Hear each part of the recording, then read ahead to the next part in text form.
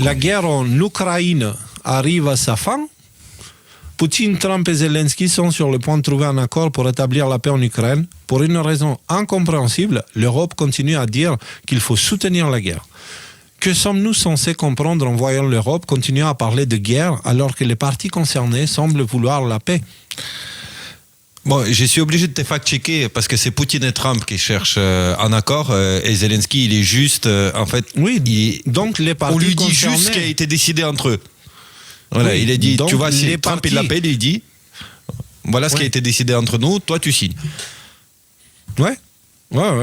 Mais c'est pas Zelensky qui a lancé la guerre. Hein. Non. Ce sont ceux qui ont mis Zelensky au pouvoir qui l'ont poussé à faire la guerre. Donc c'est pour ça que je dis les parties concernées, États-Unis, Russie, parce que c'était une attaque de la Russie par les États-Unis en utilisant l'Ukraine comme proxy. Donc... Enfin, par l'OTAN plus que par les États-Unis, mais c'est vrai qu'à la tête des États-Unis, maintenant, enfin, c'est Trump le patron de l'OTAN, quoi, maintenant, quoi. Donc, non, mais plus Trump, maintenant, il veut sortir de l'OTAN. Hein. Il veut sortir. Oui, mais bon, pour l'instant, il est encore dedans. Donc, enfin, à mon avis, il se fait pas dicter par l'OTAN comme l'Europe peut se faire dicter sa volonté par l'OTAN, quoi. Donc, tu vois, c'est le rapport de force n'est pas le même. Mais ouais. Bon. Et donc, ils vont se rencontrer en Arabie Saoudite, probablement. Dans quoi, dans 10 jours, je crois que c'est ça. Et Zelensky, ça va vite quand même. Hein. Il dit...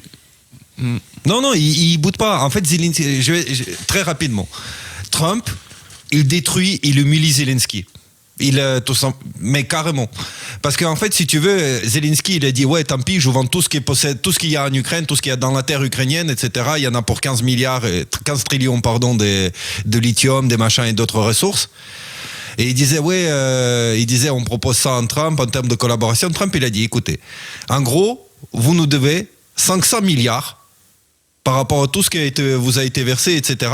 Et ça concerne, et donc du coup, tout ce qu'on va prendre à l'Ukraine, et Zelensky, il a dit d'accord, hein.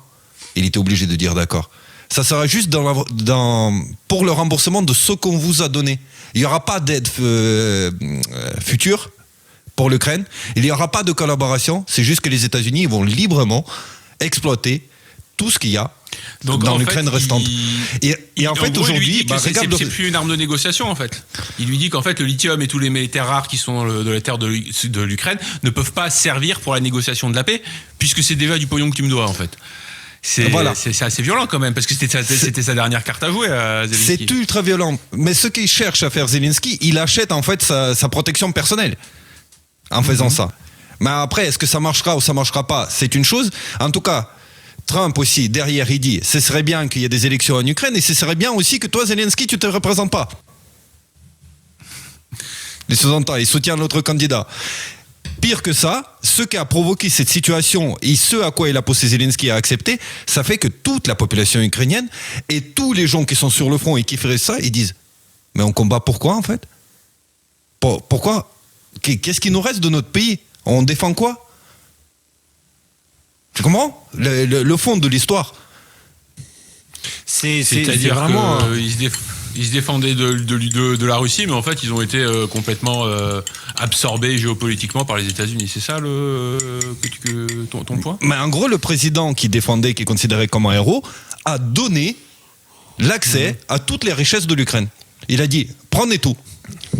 Ok, d'accord. Ouais. Sympa. De toute façon, toutes les fins de films qui se terminent par Zelensky encore en vie, pour moi, c'est le scénario gagnant pour lui, quoi. Hein. Je veux dire, politiquement, il est foutu.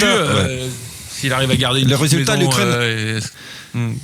Mais c'est ce qu'on a dit, c'est ce qu'on nous disait depuis le début quasiment, c'est que le résultat des courses, l'Ukraine va cesser d'exister. Elle sera portionnée. Il y a une grande partie qui va revenir en Russie et le reste des régions, en fait, ils vont se diviser en petits morceaux, une partie pour la Pologne, une partie pour la Roumanie, une partie pour autre chose. Et il y aura peut-être un petit territoire qui s'appellera différemment. Peut-être même l'Ukraine. Mais c'est pas un problème ça, parce que le problème fondamental à la base de la guerre, c'était que l'Ukraine faisait une zone tampon entre l'OTAN et la Russie. Si demain l'Ukraine n'existe plus, bah tu te retrouves avec la Pologne, la Roumanie vont directement coller avec la Russie et on se retrouve avec l'OTAN qui est à la porte de la Russie. Alors qu'avant il y avait l'Ukraine entre les deux. Est-ce que c'est pas un problème ça? Non, mais le temps, il va être. Cette question de la protection de l'Europe, ça, Poutine aussi, Trump, il a déclaré. Il a dit, ce sera l'affaire de l'Europe. C'est l'Europe, l'Union européenne qui va devoir mettre tous les moyens pour se défendre elle-même. Lui, il s'en lave les mains. Ça y est. Plutôt de la protection de non, mais c'est la Russie. protection. L'OTAN, il s'en fout. Oui. Non, mais c'est plutôt la protection de la Russie par rapport à l'OTAN. Il a dit, c'est votre affaire entre vous, l'Europe et la Russie. Moi, je m'en lave les mains. Ouais. Oui, ils s'en lavent les mains, ça veut dire qu'il va retirer probablement les bases militaires de Pologne, qui va faire que les États-Unis ne représenteront plus une menace pour la Russie. Après, l'Union européenne, elle essaiera d'envoyer 3 avions et 2 missiles, tu vois ce qu'il leur reste, les fonds de caisse. Mais je ne pense pas qu'ils font le poids face à la Russie. Ce qui, les gars, c'est pas forcément une bonne nouvelle pour nous, hein, parce que concrètement, l'Europe, elle est en train d'être sacrifiée dans l'histoire. Hein. Donc, ah oui, complètement. De toute façon, je veux dire, l'Europe, comment dire, l'Union européenne. C'est même pas qu'elle sacrifie, c'est l'Union européenne qui est en train de creuser sa tombe, quoi. Et puis ils creusent avec une véhémence. Et puis ici, la branche sur laquelle ils sont assis en même temps qu'ils sont en train de creuser. Voilà. Parce que, c'est pour ça qu'ici en Europe, nous, on a besoin d'être concentrés sur nous-mêmes et de reprendre la responsabilité de nos vies, parce que nous, il y a personne qui va venir nous sauver. Et c'est pas certain que Trump va pouvoir sauver les Américains de la façon qu'on le pense, mais c'est pour ça que c'est important qu'on reprenne la responsabilité de nos vies, parce que à un moment, on va juste se retrouver sans personne au-dessus de la tête et on saura pas quoi faire de notre liberté. Il faudra se préparer dès maintenant. Entraînez-vous à être libre dès maintenant. Pratiquez la liberté. Soyez libre. Mais comprenez ce que liberté veut dire. Vous avez la liberté, comme quelqu'un l'a dit un jour, et que c'est une de mes phrases préférées en ce moment. La liberté, c'est de savoir, de choisir ce que tu sèmes, mais tu n'as plus la liberté sur la récolte après. Si tu as planté des tomates, ce sera des tomates, n'attends pas des pommes. C'est pas comme ça que ça marche. Okay? Alors, soyons libres, ça veut dire soyons responsables de ce qu'on sème. Hein? Parce que ça, on peut contrôler, la récolte, on ne peut pas contrôler. C'est super important, vraiment essentiel.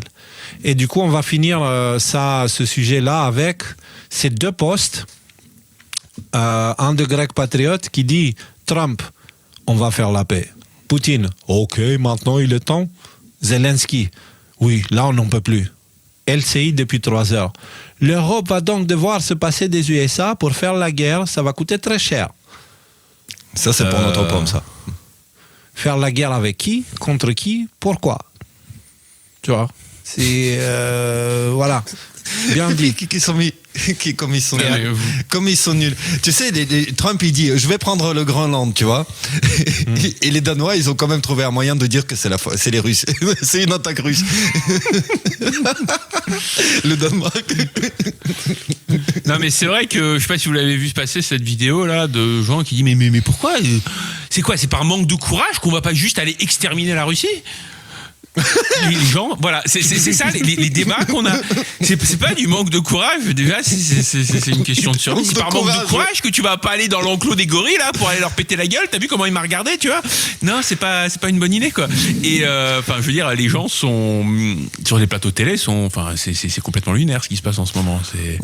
Heureusement que ces gens-là ne font plus l'opinion. Tu veux lunaire? Vas-y. Amélie Smaili qui a trouvé une perle. La paix menace l'ordre mondial. C'est genre le titre de Huffington Post. Les négociations de Trump-Poutine menacent l'ordre mondial, dénoncent les Européens. Je